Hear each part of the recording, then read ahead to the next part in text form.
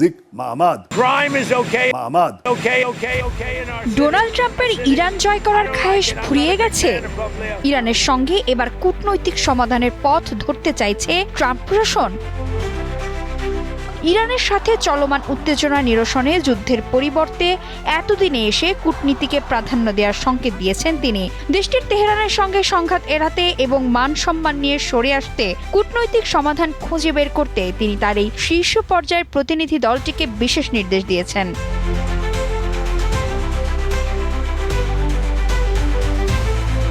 ইরানকে সাম্প্রতিক হুমকি দেওয়ার পর ট্রাম্প এখন সংঘাত থেকে বেরিয়ে আসার পথ খুঁজছেন।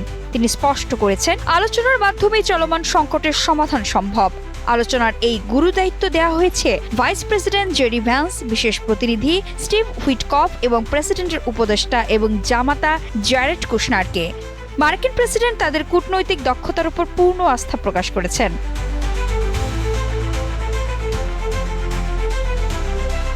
সংবাদ মাধ্যম CNN এর গোপন সূত্রের বরাত দিয়ে জানা গেছে, ভাইস প্রেসিডেন্ট ভ্যান্স সম্ভবত ইরানি কর্মকর্তাদের সঙ্গে দ্বিতীয় দফার আলোচনায় নেতৃত্ব দেবেন।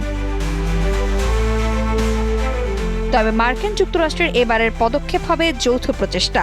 ধারণা করা হচ্ছে, এবারের আলোচনায় ভ্যান্সের পাশাপাশি হুইটকফ এবং কুশনারও সক্রিয়ভাবে অংশগ্রহণ করবেন।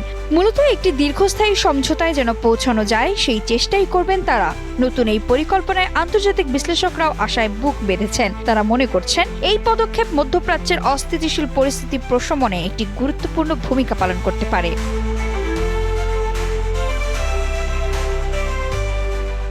এরই মধ্যে মার্কিন প্রেসিডেন্ট এক সাক্ষাৎকারে ইঙ্গিত দিয়েছেন, ইরানের সঙ্গে সংঘাতের সমাধান আসন্ন।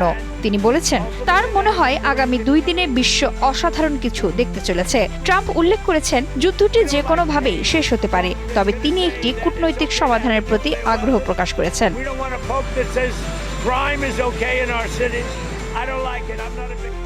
ট্রাম্প বলেছেন, তিনি মনে করছেন একটি চুক্তি সবচেয়ে ভালো হবে, কারণ তাহলে ইরান পুনর্গঠন করতে পারবে। দেশটিতে এখন সত্যিই একটি ভিন্ন শাসন ব্যবস্থা রয়েছে।